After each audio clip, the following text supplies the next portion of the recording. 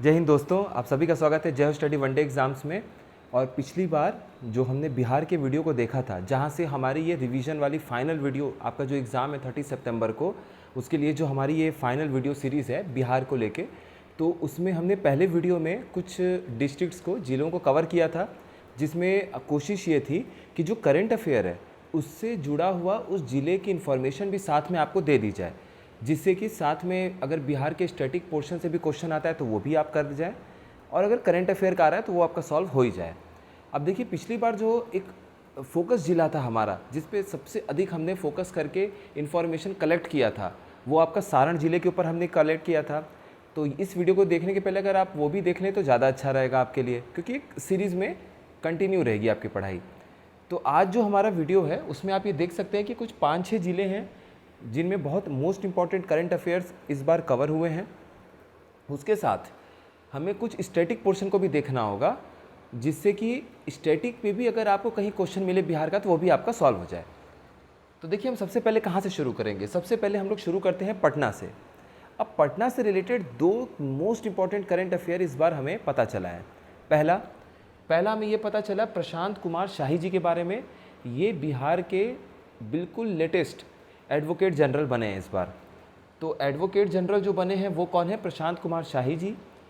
अब advocate general से related polity में क्या क्वेश्चन आ सकता है? हो सकता है कि करंट अफेयर में ना क्वेश्चन पूछे, पॉलिटी में पूछ दे, या हो सकता है दोनों में आपसे पूछ दे।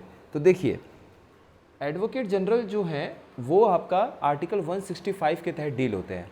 आपको पता है कि सेंट्रल गवर्नमेंट में ठीक इसी के इक्विवेलेंट एक जो पोस्ट है वो है आपका अटॉर्नी जनरल का।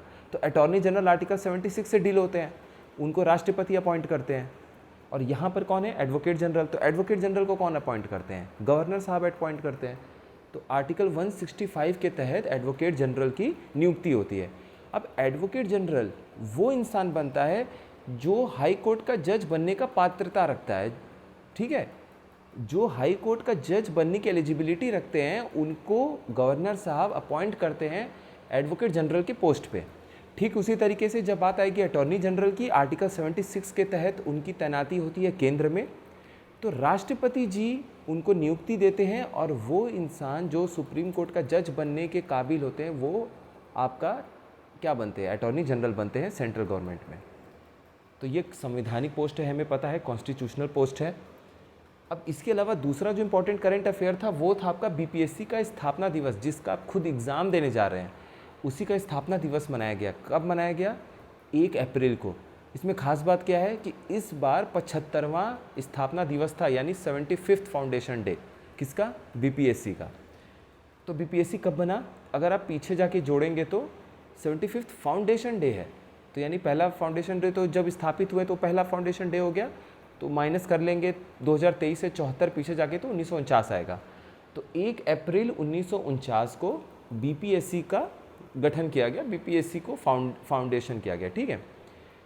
अब 1 अप्रैल 1949 आपको याद है, 14 साल और पीछे चले जाइए तो आप कहाँ पहुँचेंगे? 1 अप्रैल 1935 को, जो माना जाता है कि आरबीआई का गठन हुआ था 1 अप्रैल 1935 को। भूले भटके कभी भी क्वेश्चन आ जाए आरबीआई के ऊपर, मान लीजिए थोड़ा स्टैटिक पोर्शन बनाया गया, फैक्चुअल पेपर बनाया गया, जो कि आमतौर पे आपको स्टेट सर्विसेज के पेपर में देखने को मिलता है। तो आप इसी फैक्ट से थोड़ा सा रिकलेक्ट करके मेमोरी में जाके उसको याद कर लीजिएगा कि 1 अप्रैल 1935 जो है वो आपका आरबीआई का गठन हुआ था। अब देखिए, यहाँ पे आने के बाद पॉलिटी के फिर से वही 2 आर्टिकल आपको ध्यान दे देने चाहिए, आर्टिकल 315 और आर्टिकल 320। आर्टिकल 315 क्या बोलता है? आर्टिकल 315 बोलता है कि केंद्र और राज्य, देखिए केंद्र और राज्य दोनों ही स्तरों पर आपको लोक सेवा आयोग, मतलब गवर्नमेंट सर्विसेज के लिए जो आपके लोक शासक हैं, शासक नहीं मतलब आप बोल सकते हैं गवर्नमेंट सर्वेंट, जो अधिकारी हैं, सरकारी अधिकारी हैं, उनकी अपॉइंटमेंट के लिए, उनको सेलेक्ट करने के लिए, उनको अपॉइंटमेंट नहीं, अपॉइंटमेंट तो मान लीजिए गवर्नर करते हैं, उनको सेलेक्ट करने के लिए आपको एक आयोग बनाना पड़ेगा, लोक सेवा आयोग। तो स्टेट में जो बना वो स्टेट पब्लिक सर्विस कमीशन है, अपने अपने राज्यों के हिसाब से बन गया। बिहार है तो बिहार पब्लिक सर्विस कमीशन, और केंद्र में है तो UPSC, union public service commission. तो ये दोनों जहाँ से संविधान में अपनी ताकत को पाते हैं, अपने अस्तित्व को पाते हैं, वो आर्टिकल है, वो अनुच्छेद है आपका आर्टिकल 315। और एक 5 और जोड़िए 315 पे, 5 और जोड़ेंगे 320 पहुँचेंगे।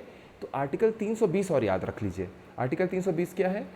इन स्टेट पब्लिक और ये जो यूनियन पब्लिक सर्विस कमीशन है, इन आयोगों के कार्य के बारे में बताया गया है कि आखिर ये काम क्या करेंगे। ठीक है, इनके फंक्शन को डील करता है। कौन सा आर्टिकल? आर्टिकल 320। तो 2 आर्टिकल आपको याद रखना है, आर्टिकल 315 और आर्टिकल 320। और बीपीएससी से रिलेटेड फैक्ट याद रखना है कि इस साल 1 अप्रैल को 75वां 75th फाउंडेशन डे मनाया गया है। तो इसका गठन कब हुआ है बीपीएससी का? 1 अप्रैल 1949 को। तो ये 2 इंपॉर्टेंट करंट अफेयर था जो हमें पटना से मिलता है। अब हम नीचे आते हैं नवादा की तरफ। अब देखिए, आप जब इधर से आएंगे तो आपको इधर नवादा, जमुई, बांका, औरंगाबाद, ये गया मिलेगा, गया, औरंगाबाद, फिर आपको रोहतास, कैमूर, इस तरीके से ज़िले मिलते हैं जो कि ये झारखंड को टच करते हैं। तो नवादा में हमें कौन सा करंट अफेयर मिलता है? नवादा में हमें पता चला है कि ये देखिए महात्मा बुद्ध जी की, अपने भगवान महात्मा बुद्ध जी की एक आप बोल सकते हैं कि चित्रण इनका थोड़ा सा करने की कोशिश किया गया है, आपको थोड़ा सा मेमोरी में याद रहे। ठीक है, उनको थोड़ा सा चित्रित करने की कोशिश किया गया है इंडिकेशन के लिए कि आप महात्मा बुद्ध जी को सोचें तो आपके दिमाग में ये करंट अफेयर आना चाहिए कि महात्मा बुद्ध, भगवान बुद्ध की सबसे ऊंची प्रतिमा कहाँ बन रही है? ये बन रही है नवादा में, इसको याद रखिएगा। अब नवादा में 2 इम्पॉर्टेंट स्टैटिक फैक्ट भी आपको याद रखना है जो एग्ज़ाम में आ सकता है। एक तो आपका ककोलत जलप्रपात है, कभी फ़ोटो इसको देखिएगा। ककोलत जलप्रपात बहुत ही सुंदर सा, लगभग 100 फीट के आसपास से, 100-120 फीट के आसपास से या इतनी ऊंचाई के आसपास से बहुत अच्छा एक झरना आपको देखने को मिलेगा। तो ये जो वाटरफॉल है, जलप्रपात है, ककोलत वाटरफॉल, ये आपको नवादा ज़िले में देखने को मिलता है। और दूसरा क्या इंपॉर्टेंट प्लेस है? दूसरा इंपॉर्टेंट प्लेस है तपोवन। तपोवन जो है वो जरासंध का जन्म स्थल है।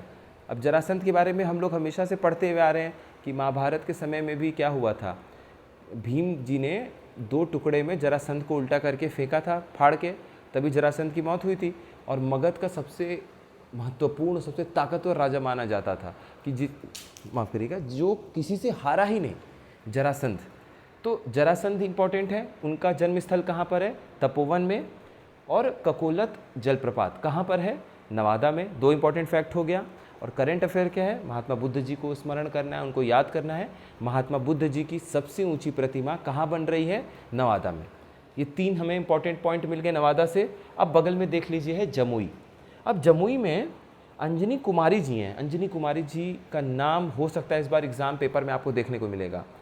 वो जो अभी होने वाला है ना एशियन गेम्स, तो एशियन गेम्स और अभी जो आपका वर्ल्ड एथलेटिक चैंपियनशिप चल रहा था, इन दोनों में भाग लिया है। अंजनी कुमारी जी के बारे में और आप ज़रूर एक बार सर्च करिएगा, बहुत मतलब आपको इंस्पिरेशन मिलेगा इनसे। तो ये भी कहाँ की, किस ज़िले की रहने वाली है? जमुई। अब जमुई में एक इम्पॉर्टेंट फैक्ट है, बहुत इंपॉर्टेंट फैक्ट है। क्या इंपॉर्टेंट फैक्ट है? कि ये हमारे जो 24वें तीर्थंकर थे भगवान महावीर जी, उनका जन्म स्थल है, जन्म स्थान है, वो आपका कुंडग्राम में, कुंडलग्राम में आप पढ़ते हैं हमेशा। तो क्षत्रिय कुंडग्राम आपका कहाँ पड़ता है? ये पड़ता है जमुई ज़िले में। इसी जमुई ज़िले में 24वें तीर्थंकर भगवान महावीर जी का जन्म स्थल है। तो ये बात आप याद रखिएगा। और एक अंजनी कुमारी जी का नाम आपको याद रखना है कि ये एशियन चैंपियनशिप और वर्ल्ड एथलेटिक्स चैंपियनशिप दोनों में भाग ली हुई हैं। इनका क्या परफॉर्मेंस रहा है एक बार आप नेट पे ज़रूर सर्च करिएगा, हो सके तो नीचे कमेंट सेक्शन में ज़रूर बताइएगा। तो ये हमारा 3 जिला कवर हो गया, पटना, नवादा और जमुई। अब जमुई से ही ऊपर सटा हुआ आप देखेंगे ना मुंगेर है ऊपर में। मुंगेर से क्या आपको जानना है? मुंगेर में एक बहुत इंपॉर्टेंट करंट अफेयर ये है कि बिहार का पहला फॉरेस्ट्री कॉलेज यानी कि पहला वानिकी कॉलेज बन रहा है। कहाँ पे बन रहा है? मुंगेर में। और दूसरा आपको ये याद रखना, हाँ ये बस इतना, ये इंपॉर्टेंट करंट अफेयर है। ये जो हमने 24वें तीर्थंकर भगवान महावीर जी के बारे में पढ़ा था, तो उनकी यहाँ पे लगभग 2500 साल पहले की 2600 साल पुरानी एक काले पत्थर की मूर्ति स्थापित है। तो ये आप याद रखिएगा, अगर कभी इस तरह से कुछ इंपॉर्टेंट कुछ भी पूछ दे तो मतलब याद ध्यान दीजिएगा उसको। मुंगेर वाला फैक्ट एकदम अच्छे से याद रखिएगा कि बिहार का पहला वानिकी कॉलेज यानी फॉरेस्ट्री कॉलेज मुंगेर में बन रहा है। यहाँ पे ये 4 ज़िले हमारे कवर हो गए। अब हम आते हैं मुजफ्फरपुर पे। अब देखिए मुजफ्फरपुर आपको पता है शाही लीची के लिए तो फेमस है ही। शाही लीची के अलावा और हम क्या जान सकते हैं मुजफ्फरपुर के बारे में? एक करंट अफेयर का न्यूज़ है जो मुझे लगता है बहुत इंपॉर्टेंट करंट अफेयर है, क्योंकि देखिए ये भी फर्स्ट है। तो फर्स्ट कोई भी न्यूज़ बनता है अपने आप में इंपॉर्टेंट हो जाता है। और दूसरा यहाँ भी फर्स्ट है, पहला वन्य जीव अस्पताल यानी बिहार का पहला वाइल्ड लाइफ हॉस्पिटल कहाँ बन रहा है? ये बन रहा है आपका मुजफ्फरपुर में, ठीक है। और ये मुजफ्फरपुर में भी अगर स्पेसिफिक लोकेशन आपसे पूछ दे पेपर को टफ बनाने के लिए तो शेरपुर। अब देखिए आप इससे याद रख सकते हैं कि चूंकि पहला बिहार का वन्य जीव अस्पताल है तो जंगल का राजा हम किसे मानते हैं? शेर को। तो क्यों ना हम ऐसे लोकेशन पे अस्पताल खोलें जो कि जंगल के राजा शेर के नाम, मतलब जंगल के राजा के आसपास वाले लोकेशन के नाम पर हो। मतलब ये सिर्फ मेमोरी के लिए याद रखना है, ऐसा कुछ नहीं है कि इस तरह से डिसीजन लिया गया होगा। तो देखिए शेरपुर को आप ध्यान रखिए नाम। तो शेरपुर जो है वो कहाँ पर आपको देखने को मिलता है? मुजफ्फरपुर में। और शेरपुर क्यों इंपॉर्टेंट है? नाम से लग गया शेर, शेर मतलब वन्य जीव। तो बिहार का पहला वन्य जीव अस्पताल कहाँ खुल रहा है? शेरपुर में। और शेरपुर कहाँ पर है आपका? मुजफ्फरपुर में, ठीक है। यहाँ पर आपको ये याद रखना है कि भगवान शिव का यहाँ पे एक मंदिर है। हो सकता है आपको टेम्पल्स में, मैच द कॉलम में या किसी मल्टीपल स्टेटमेंट में ये पूछ दे। ये है बाबा गरीबनाथ धाम, ठीक है। बाबा गरीबनाथ धाम ये कहाँ, किस ज़िले में है ये? तो ये भगवान शिव के लिए डेडिकेटेड एक मंदिर है। और ये बाबा गरीबनाथ धाम जो हमारे भगवान शिव हैं, इनका मंदिर आपका मुजफ्फरपुर में ही है, ठीक है। और एक आपको बस अब लास्ट ध्यान देना है दरभंगा को लेके। दरभंगा को दो बात बोलते हैं, पहले आप ये देख लीजिए फिर करंट अफेयर पे आते हैं। एक तो बोलते हैं इसको बिहार की सांस्कृतिक राजधानी, कल्चरल कैपिटल ऑफ बिहार बोलते हैं। किसको? दरभंगा को। हो सकता है आप नालंदा को लेके कंफ्यूज हो जाएं, गया को लेके कंफ्यूज हो जाएं कि नहीं इन सब जगह ज़्यादा तीर्थ स्थल मिलता है तो ये सब कल्चरल कैपिटल हो सकता है, लेकिन नहीं, कल्चरल कैपिटल ऑफ बिहार, सांस्कृतिक राजधानी जो है बिहार की, वो आपका दरभंगा है।